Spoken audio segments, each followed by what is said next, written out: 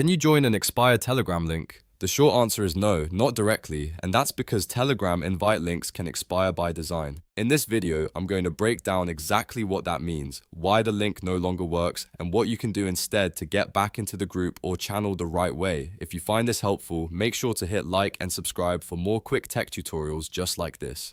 Now, let's get into it.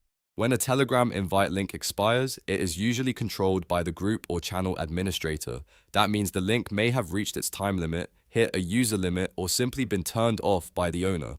Since this is handled on Telegram servers, you cannot bypass it from your side. There is no secret trick, no browser setting, and no app setting that will make an expired invite link work again. So if you tap the link and it says it's expired or invalid, that is expected behavior. The important thing to understand is that this is not a problem with your phone, your internet, or your Telegram app. It simply means the invite link itself is no longer active.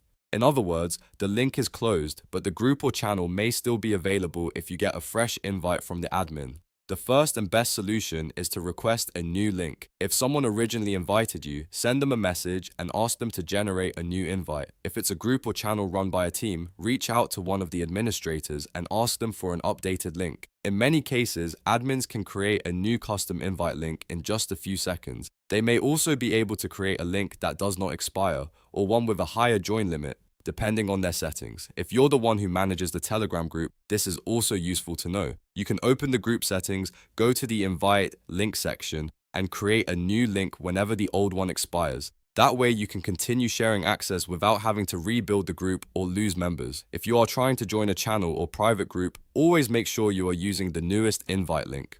Old links can stop working if the admin changes the link, revokes access, or sets an expiration date. So if you have an expired invite, check your messages, email, or the source where you originally received it, because sometimes a fresh link has already been posted there.